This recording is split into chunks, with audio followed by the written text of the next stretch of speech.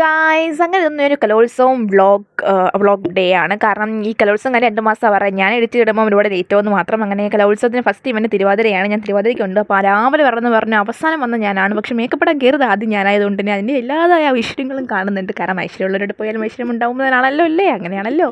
അങ്ങനെ ഞങ്ങൾ ഇടയ്ക്കിടയ്ക്ക് പ്രാക്ടീസൊക്കെ ചെയ്യുമ്പോൾ നന്നായി വിയർക്കുമായിരുന്നു. അങ്ങനെ ഞങ്ങൾക്ക് ഒഫീഷ്യൽ വിഷയറുകളൊക്കെ വീശി തരാനൊക്കെ ഉണ്ടായിരുന്നു. നല്ല പേരുണ്ടായിരുന്നു. കാരണം നമുക്ക് പ്രാക്ടീസ് ചെയ്യാൻ ഒട്ടും സമയം കിട്ടില്ല. എന്തായാലും അപ്പോൾ മൊത്തത്തിൽ ഫ്ലോപ്പാവും എന്നൊരിതായിരുന്നു. അങ്ങനെ ഞങ്ങൾ അറ്റൻഷനൊക്കെ മാറ്റി വെച്ച് തിരുവാതിരയ്ക്ക് കളിച്ചു.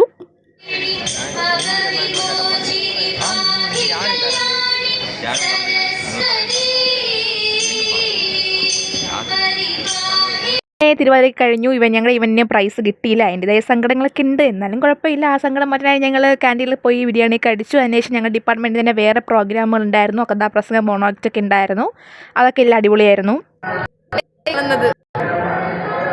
ഒപ്പന അപരാധ